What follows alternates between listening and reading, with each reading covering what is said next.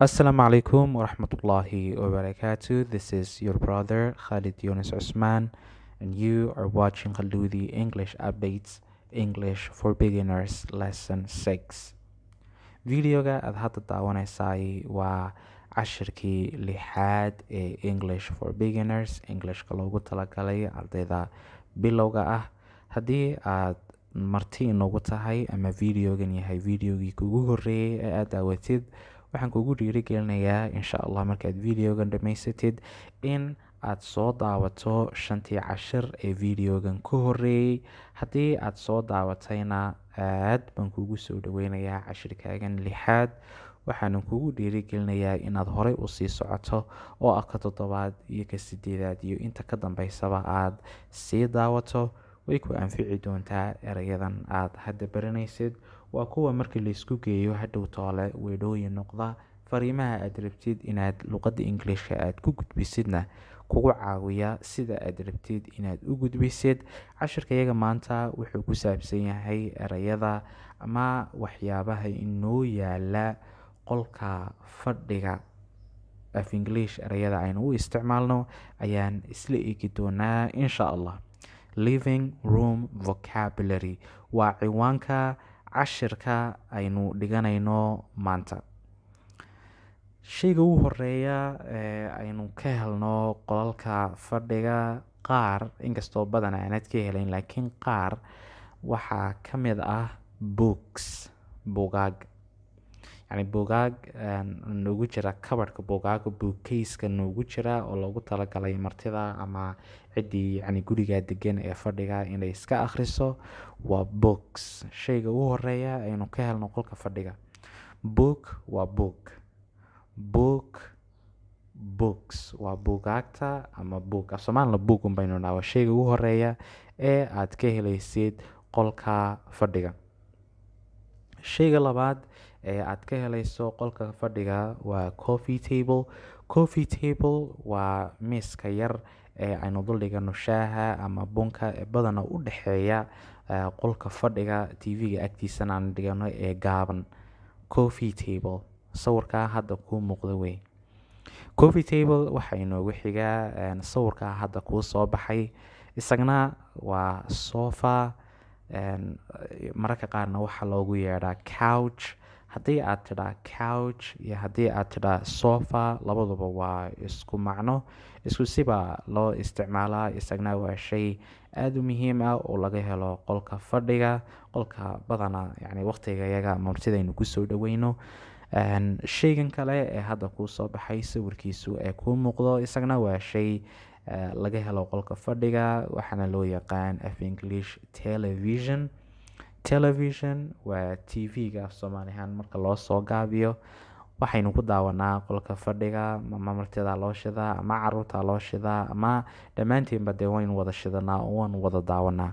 television ereyga waa erey laga soo amaahday luqadda Englishka.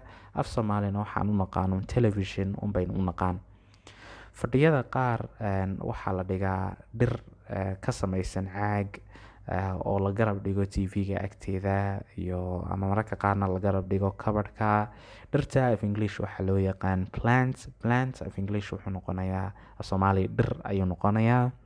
plant ayaa loo yaqaan. fadhiyada qaar waxaa la dhigaa dhir aan caag ka samaysan oo run ah, gaaban oo aan weynaan oo in yar runtee yar baxda, iyadna plant unbaa loo yaqaan. plant waa dhirta, ama caag ha noqdo ama ha noqdo mid caadi loo beerayba. waa laga helaa qolalka qaar. shaygan kale ee hadda kuu soo baxay aad arkaysid, isagna waa shay aad ka hesho qolka fadhiga. waxaa loo yaqaan pillow. pillow waa barkinta af Soomaali.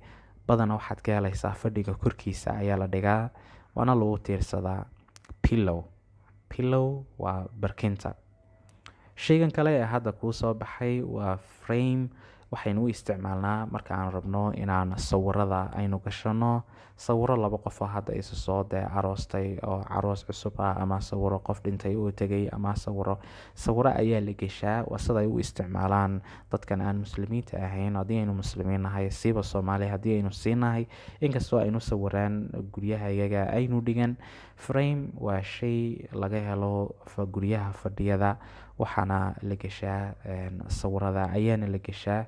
Soomaalida sawiro ma gashadaan, laakiin waxay gashadaan waraaqado ama boordiyo ay ku dul qoran yihiin magacda Ilaahay iyo aayatul kursi iyo ammaan ay ku dul qoran yihiin, Allahu Akbar iyo laa ilaaha illa Allah ay ku dul qoran yihiin bay gashadaan oo fadhiga ay ku qurxistaan.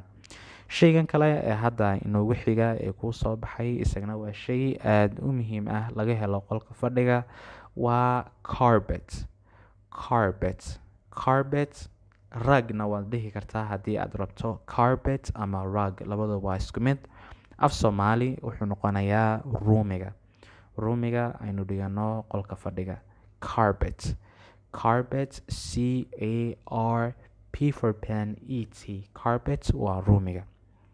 Alright, carpet waxay noogu xigaa shaygan hadda kaaga soo baxay sawirka. Waa shay ama kursi loogu talagalay ilaa 2 qof in uu qaado oo lagu fadhiisto.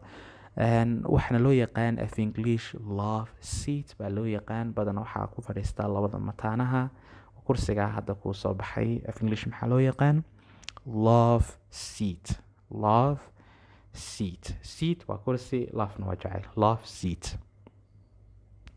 Love seat waxay noogu xigaa sawirkan hadda kuu soo baxay ee aad arkaysid.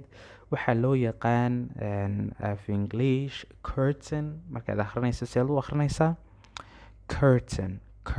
Curtain waa daaha. Haddii aad tahay ardayda sida joogtada ula socota casharada ka baxa Khalludi English Updates, waad xasuusataa ereygan waxaynu kusoo aragnay cashar ka mid a casharadii ka horreeyay casharkan aad hadda daawanaysid. Curtain waa daaha waxaynu ku xidhnaa badanaa daaqadaha iyo albaabada si una light badan u soo gelin. Curtain waa daaha. Shaygan kale ee hadda kuu soo baxay isagana waa shay laga helo fadhiyada qaar. Waxaana loo yaqaan af English speaker-ka af Soomaalina wuxuu noqonayaa baaf. Dadka qaarna ereyga speaker unbay iska isticmaalaan oo speaker unbay yidhaahdeen. Speaker-ka waxaa loo isticmaalaa marka aad rabtid inaad ama qur'aan aad guriga ku shido, qur'aankaasna aad doonaysid in guriga dhan laga wada maqlo, codka kor u qaado, ama aad nashiidooyin shidanaysid ayaad speaker-ka gelinaysaa. Fadhiyada qaar way leeyihiin. Shaygan kale ee hadda kuu soo baxaya isagana waa shay ka mid a dhismaha qolka fadhiga. Af Englishna waxaa loo yaqaan window waa daaqada.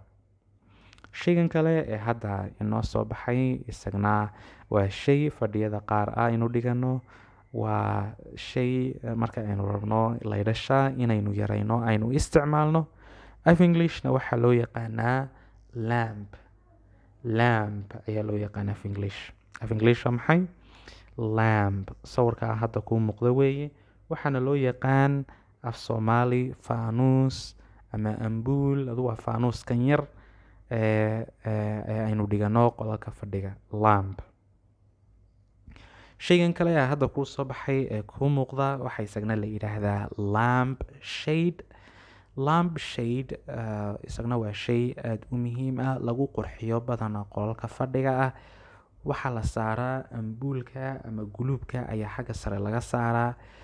Iftiinka midabkiisa ayuu bedelayaa guluubka, ama wuxuu sameynayaa laydhkii badnaa ee guluubka kasoo baxayay ayuu yaraynayaa, ama wuxuu sameynayaa laydhkii kasoo baxayay guluubka ayuu meel qura ku qabanayaa oo intii kale ayuu ka qarinayaa.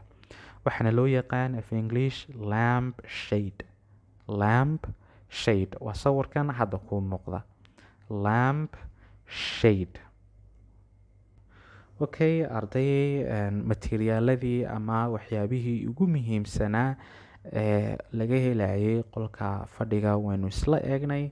Intan in kale oo kasii ballaadhsan muhiim ahna waxaynu ku eegi doonaa casharada kale ee kan ku xiga. Aad iyo aad baad u mahadsan tahay si aad uga mid noqoto familiga Khalludi English Updates. Haddii uu videogii kuugu horreeyay yahay, subscribe-ka saar. Cashiradan freega ahna la wadaag asxaabtaada. Assalaamu calaykum waraxmatullaahi wabarakaatu.